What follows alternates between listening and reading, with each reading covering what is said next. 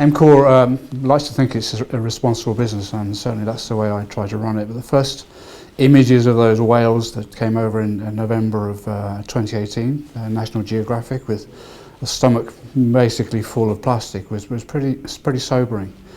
I guess you can look at that and say there's nothing much I can do, or you can say actually there is something I can do, and as a consumer, either as an individual or as a company, and we consume not just for ourselves but also for others, there's a lot we can do to impact that. So we're working with government, our customers, and hopefully our colleagues through this process here to try and amend the practices that we see that are effectively consuming our planet in a less responsible way.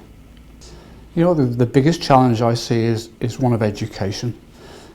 Clearly we know and we can see in front of us where we're using those single-use plastics on a consumption basis every day, whether it be plastics in water bottles and so on. But what do you do to stop that? And what alternatives might there be to replace them or eliminate them or reduce them? So the first thing is really educating ourselves as to what the alternatives might be. And it's not a simple thing to just say, I will stop using plastic straws. What do you replace them with, and what's the impact on the environment from using those? In terms of the benefits we're seeing from these programs, we're early days. We're working with our customers, the government, the Crown Commercial Services, for example, that have really ambitious goals. If you look at the sort of government papers and policies, in terms of their central estate, they're trying to get to zero consumption by 2020. I mean, that's tomorrow. And we're across the wider estate into 2025. So we've got a lot to do.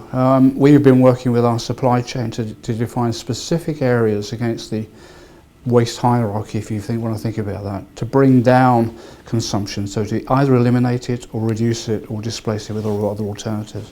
There are many partners in there, of course, but three kind of stand out to me. There's Bunzl, there's been Matthias and Elior, all working across those two basic streams of catering and cleaning. And so really interesting innovations that we couldn't have spotted ourselves, but working with those partners we've been able to.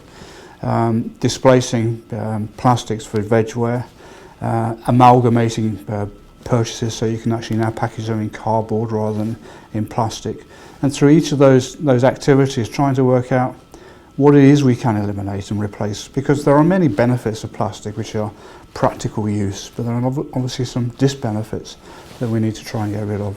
But this whole agenda is about how businesses behave responsibly, and I'm very, very keen to collaborate with the FM industry to provide some real information about how you can solution engineer practical things to make a difference, because together we can make quite a big difference. Yeah, really, we really can.